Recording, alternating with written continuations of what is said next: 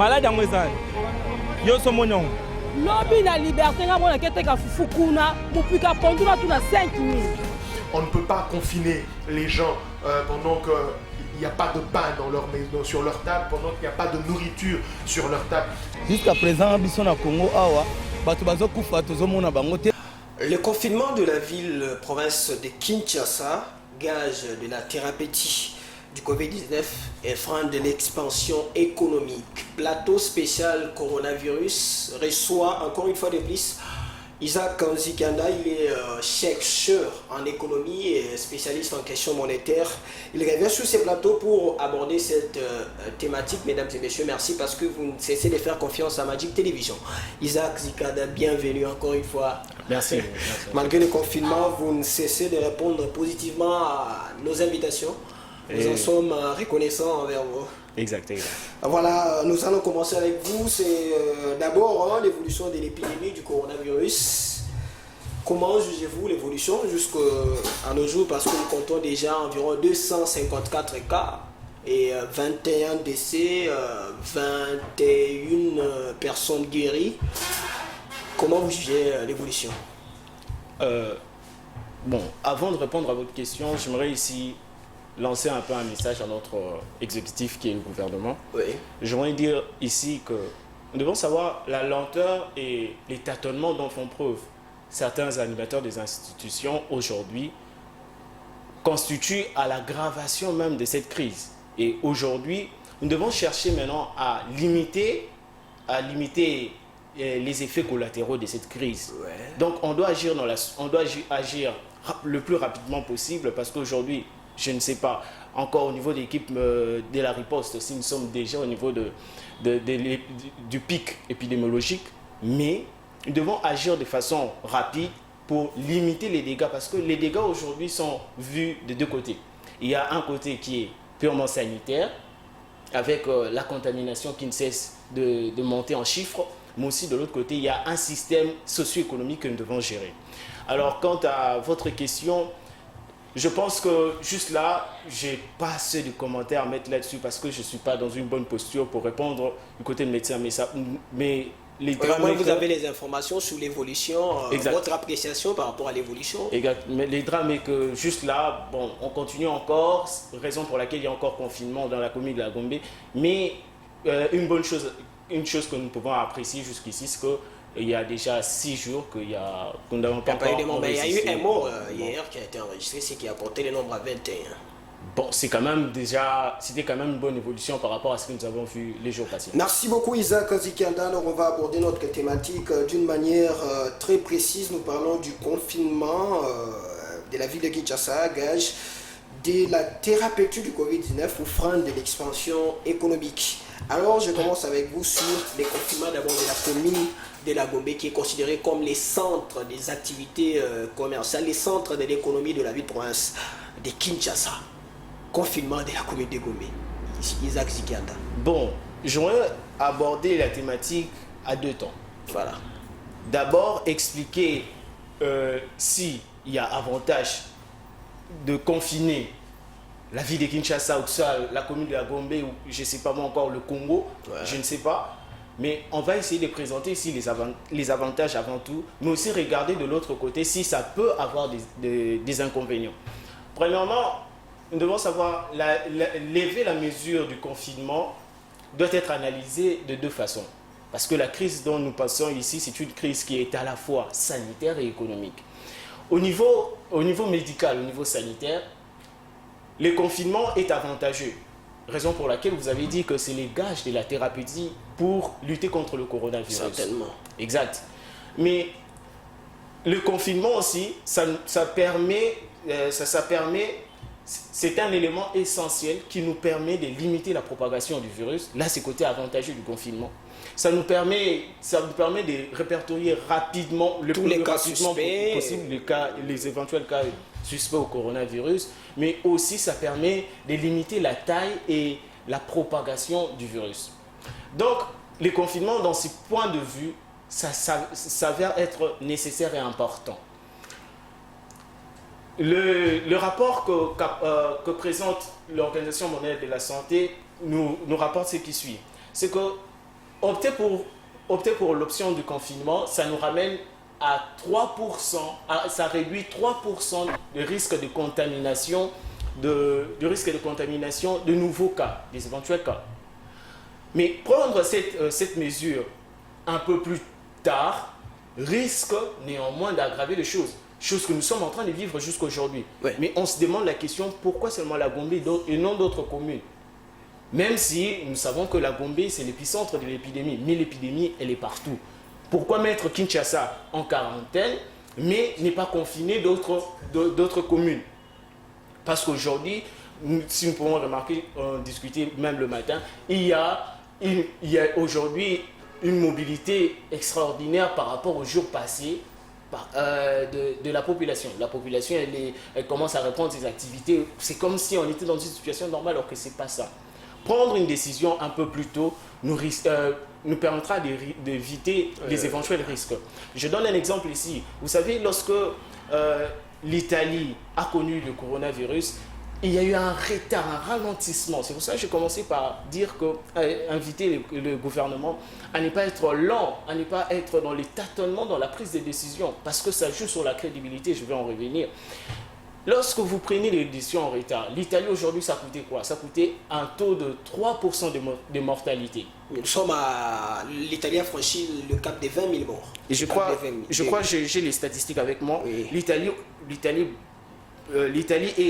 a atteint un nombre de 159 516 cas, oui, dont 20 465 morts. Voilà. Vous imaginez, ouais, un taux tellement élevé. Oui. Et c'était le cas aussi avec l'Iran. Lorsque l'Iran a pris la décision en retard, ça coûtait aujourd'hui un taux de mortalité de 5%.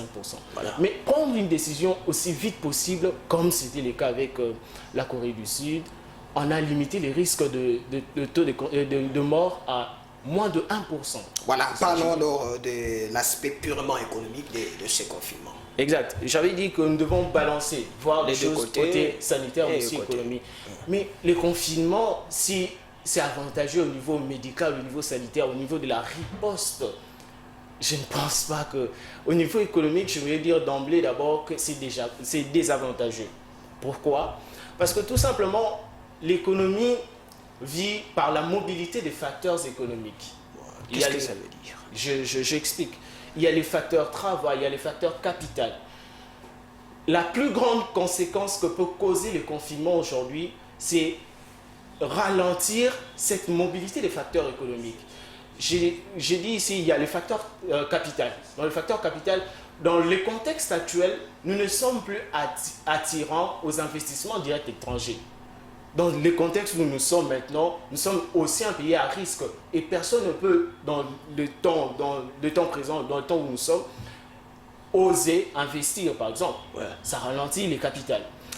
Il n'y aura pas afflux des capitaux.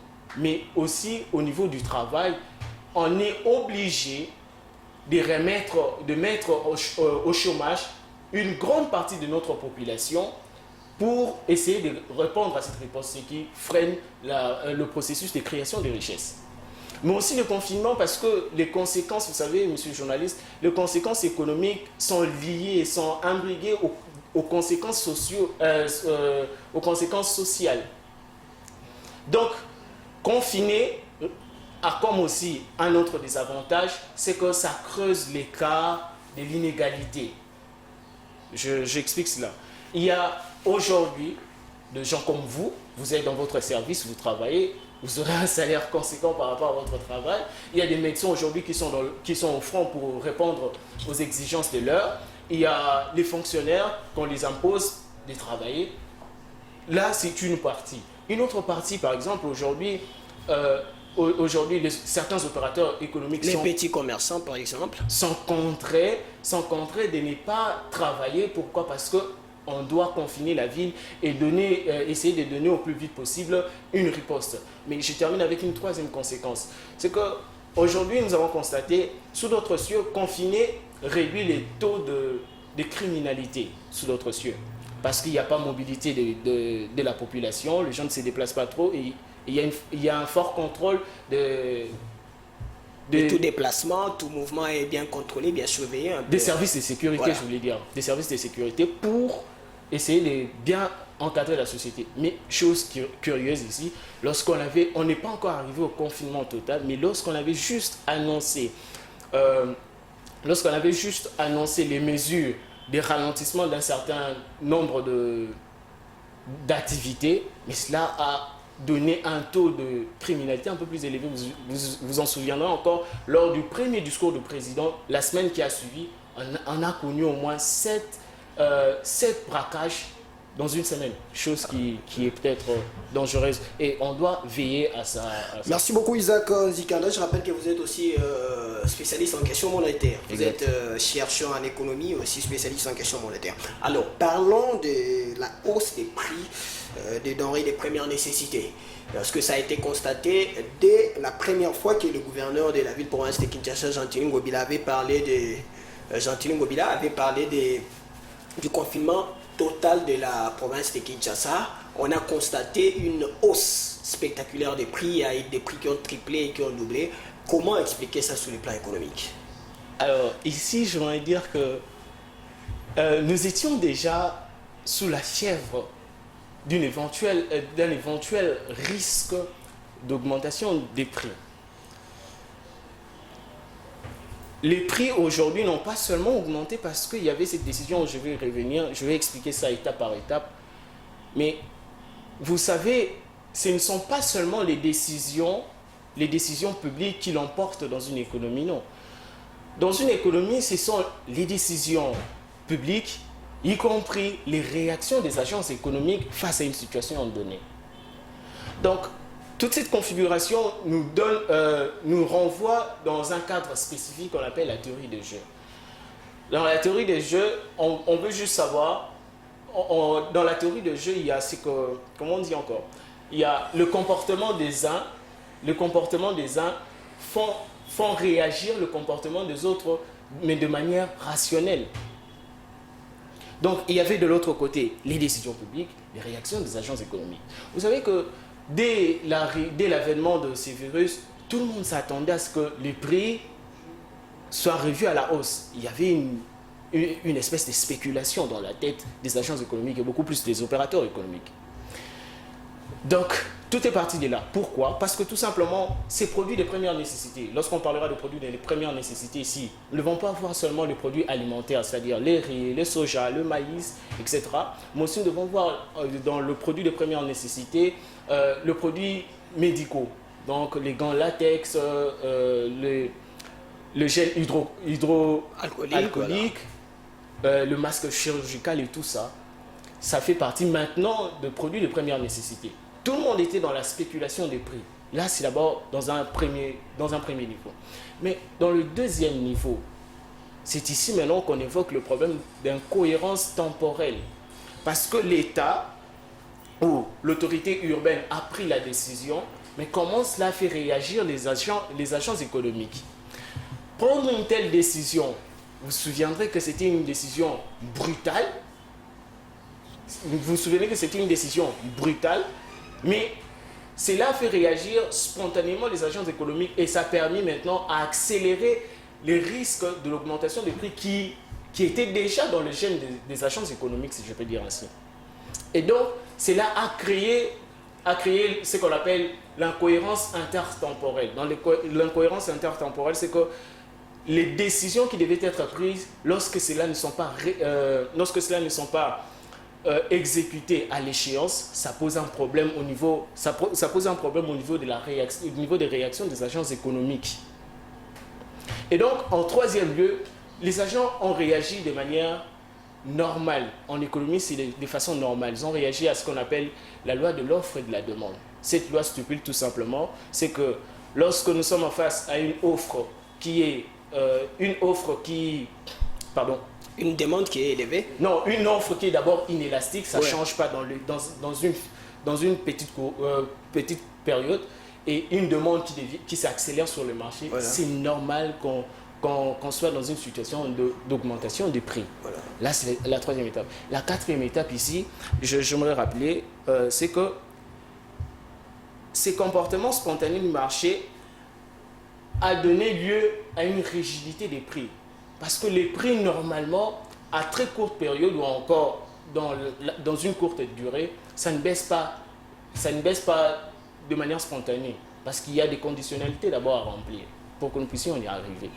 Et dernière étape, c'est que vous savez que notre économie souffre beaucoup de ce que nous appelons l'effet cliquet. Vous vous souviendrez, vous êtes à Kinshasa comme moi, lorsqu'il y avait augmentation de cartes prépayées, parce qu'il y avait dépréciation du franc congolais par rapport au dollar, c'est là jusqu'au jour d'aujourd'hui, n'a jamais baissé, n'est jamais revenu à leur prix normal. Donc c'est aussi la configuration de l'économie qui ne permet pas, dans une très courte période, pour réduire le niveau des prix. Jusque-là, je ne pense pas. Donc nous pourrons dire que les mesures qui sont prises aujourd'hui d'alléger certains produits ou de les retirer, de ne plus poser la taxe comme la TVA qui a été suspendue il y a d'ici Voilà, peu. on va y arriver, Isaac Zikanda. Je rappelle aux téléspectateurs qu'ils suivent spécial Covid-19 dans cette partie où nous recevons Isaac Zikanda. Il est chercheur en économie. Il nous parle d'une thématique intitulée « Confinement de la ville province de Kinshasa, gage de la thérapeutique du Covid-19 et frein de l'expansion économique ». Alors Isaac Zikanda, je voulais aborder cette partie que vous avez évoquée concernant l'allègement fiscal. Voilà. Comment on peut justifier cette hausse des prix face à... Parce que le gouvernement a pris quelques dispositions d'alléger des sursoirs à certaines taxes. Et donc il y a eu allègement fiscal et aussi un allègement social. La population ne devra pas payer des factures d'eau et d'électricité pendant 2 mois. Comment justifier cette flambée de prix et la décision prise par le gouvernement d'alléger? Oui, vous savez, monsieur le journaliste, les décisions dans la situation où nous nous trouvons, vous savez, c'est une situation d'urgence. Donc les décisions doivent être mesurées, imposées lorsqu'elles sont bonnes. Réagir trop tard, je dis, ça a toujours un coût. Aujourd'hui, nous sommes dans un problème qui n'est pas encore au niveau des allègements fiscaux. Les allègements fiscaux ici ne viennent juste laver, les erreurs du gouvernement, essayer de corriger ces erreurs. Parce qu'on devait réagir aussitôt que le problème était là. Lorsqu'on avait énoncé le problème, lorsqu'on avait énoncé les mesures ici, cela a pris du temps. Pendant qu'il y avait déjà des risques de spéculation de prix. On devait d'abord arrêter cela. Aujourd'hui, nous sommes dans un problème de crédibilité. Vous savez, la crédibilité a 2 contreparties.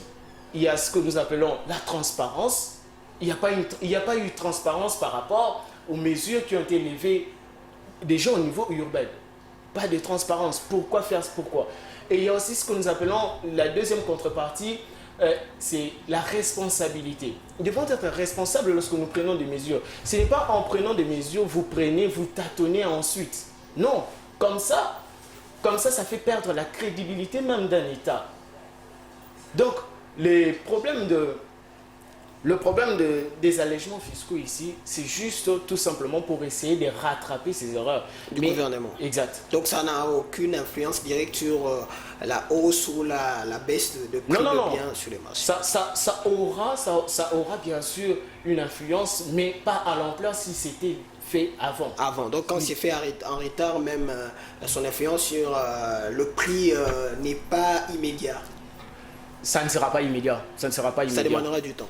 Oui, il y a toujours, en économie, vous savez, les décisions qui sont prises, je ne sais pas si aussi, bon, je pense que c'est dans n'importe quel domaine de la vie. Vous savez, lorsque vous prenez une décision, on doit toujours accorder ce qu'on appelle une durée de réaction. On doit attendre que les mesures qui ont été prises être manifestes dans le chef des agents économiques, dans le cas d'espèce. Voilà, merci beaucoup Isaac Zikanda. Je pense qu'on va aborder une dernière question avant que vous puissiez chuter avec des propositions. Que dire de la dépréciation de la monnaie dans cette situation que vous êtes en train d'évoquer? La dépréciation de la monnaie, on sent que même le ministre du budget l'a reconnu, il y a une dépréciation qui est en train de continuer, la situation ne s'améliore pas. Comment ça se justifie économiquement en tant que chercheur en la matière? Oui, vous savez, depuis un bout de temps, notre monnaie souffre au niveau du marché d'échange.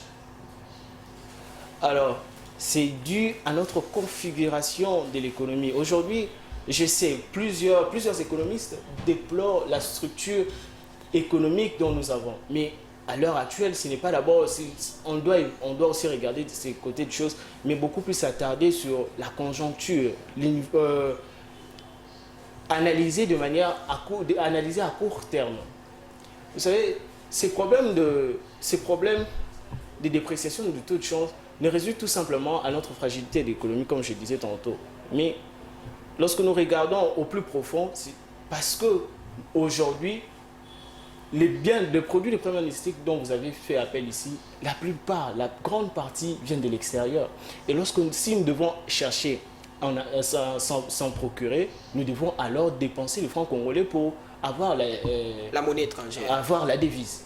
Donc cela peut créer aussi, au même moment qu'il y a la spéculation au niveau du marché réel, sur le marché biens services interne, il y aura aussi la spéculation sur le marché des taux sur le marché de change. Donc là, c'est là aussi ça s'explique. Voilà quelques propositions au gouvernement par rapport à la situation actuelle.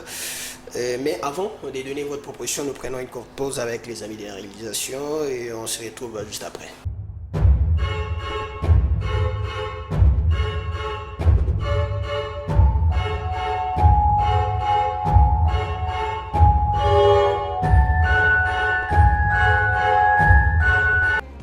Bon, point de vue na ngai pona ba makambo oyo kovana na ndako wana eza nango bien soit disant pona ba makambo maladi oyo bango bazoloba wana ba coronavirus wana na bapoto tozomona baolakisa biso ata bacercueil etandami boye bato bakufi na maladi wana jusqu'à présent biso na Congo awa bato bazokufa tozomona bango te tozomona place bazokundela bango te bato baza na maladi 52 cas 51 cas tozomona yango te ndenge ezalaki lobi na Zikida plein oyo ezalaki na Zikida ya solo pena ya soki maladi wana ezali mbele biso nyonso tozoki yango na Zikida lobi tala tokokende koluka babiloko ya 4 jours mpona kotiaka mwa provision na ndako mbele babiloko wana mbele bamaladi wana biso tozwi appréciation nange ezali négative parce que na Congo tozali na crise mbongo ezomonana na circulation te et puis biloko ekomaki cher na quelques jours kaka balobi ki ba annoncer que coronavirus eza na mboka bato bamatisi babiloko bamagasin efongola te mais gouverneur pe ayoloba ke tovanda 4 jours mais na sepelaka ndeko nini chef de l'état Félix Antoine Tshisekedi ayaki anila oke non tobima na biso to baactivité ezonga na normal.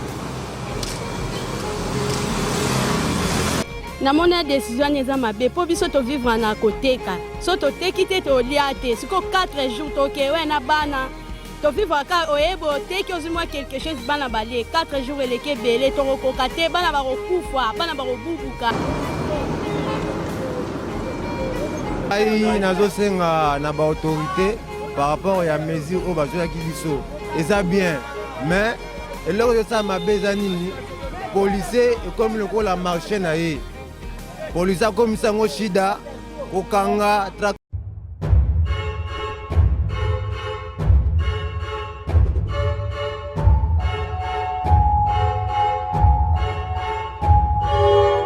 Voilà, on va chuter avec Isaac Nzikanda. Je rappelle qu'il est chercheur en économie. On parle du confinement de la ville de Kinshasa, gage de la thérapeutie du Covid-19 et frein de l'expansion économique. Isaac, quelques propositions à faire au gouvernement. Mais avant de commencer à faire des propositions, j'aimerais ici, bon, si bien même cela est intervenu en retard, mais aussi féliciter l'action menée par le gouvernement. Juste là, parce que des mesures quand même s'imposent, si bien elles sont en retard, mais ça pourrait quand même limiter les dégâts, les pires. Alors, au niveau des propositions, j'aimerais engager ça aussi en 2 temps. Nous devons prendre des propositions, nous devons prendre des mesures de soutien économique et social. Premièrement, c'est ce que même le gouvernement est en train de faire, si bien cela intervient un peu légèrement en retard. Donc les mesures telles qu'elles ont été prises, lever les taxes, etc. Mais la plus grande proposition ici, j'aimerais interpeller au gouvernement d'assurer à ce que nous ne puissions pas effondrer notre système économique. Nous savons, je ne voudrais pas ici employer le mot rudimentaire, mais nous savons que notre système économique est fragile. Notre système économique est moins cohérent, notre système économique est moins flexible et surtout son caractère extraverti par rapport à l'extérieur. Donc nous devons veiller à ça et prendre des mesures conséquentes qui s'imposent. Mais j'aimerais aussi donner des propositions par rapport à la situation qui sévit au niveau de la prise de décision. Sont beaucoup plus ces mesures administratives. Vous savez, aujourd'hui, nous devons être capables, nous devons d'abord commencer à poser un certain nombre d'actions, mais dans la cohérence. L'administration publique aujourd'hui doit avoir cette nécessité d'avoir un regard rétrospectif et prospectif. Dans le rétrospectif, ici, analyser, parce que vous savez, vous êtes plus informés que nous autres ici, vous savez qu'aujourd'hui, nous sommes, chaque mardi, il y a ce que nous appelons la réunion de la conjoncture. Ça nous permet d'avoir du jour au lendemain l'évolution de l'économie. Ça doit être nécessaire pour nous donner, non pas seulement une photographie, mais l'évolution de notre économie. Mais aussi un regard prospectif, tout simplement pour dire, on doit nous préciser à quand la fin de cette épidémie, donner même des estimations si possible. Parce qu'on ne peut pas partir, comme je veux dire, à l'aveuglette. On doit savoir quand même délimiter cela, être transparent dans la gestion et responsable dans cela. Et pour terminer, je voudrais dire ici, nous devons aussi avoir la nécessité de bien coordonner les politiques. On ne doit pas avoir des quiproquos entre le gouvernement décide ceci, l'autorité urbaine décide de sa manière. Donc là-bas, il n'y a pas de cohérence de politique. Donc on doit rechercher aussi cette cohérence de politique. Isaac Ziganda, je vous remercie. Merci beaucoup. Voilà, merci à vous aussi, chers téléspectateurs. On recevait Isaac Ziganda qui nous parlait du confinement de la ville de Kinshasa, gage de la thérapeutique du Covid-19 et frein de l'expansion économique. On clôture par ici, on se retrouve prochainement pour une autre thématique, surtout dans ces mêmes plateaux. On va parler toujours Covid-19, mais avec un autre invité pour aborder peut-être une autre thématique. La suite, c'est tout à l'heure. Merci. Malade en Wezan. Yo somonion. Lobby la liberté, on a quelqu'un qui a fukuna, pour plus qu'à pendant tout 5 minutes. On ne peut pas confiner les gens pendant qu'il n'y a pas de pain sur leur table, pendant qu'il n'y a pas de nourriture sur leur table. Jusqu'à présent, biso na Congo awa, bato bazo kufa tozomona bango te.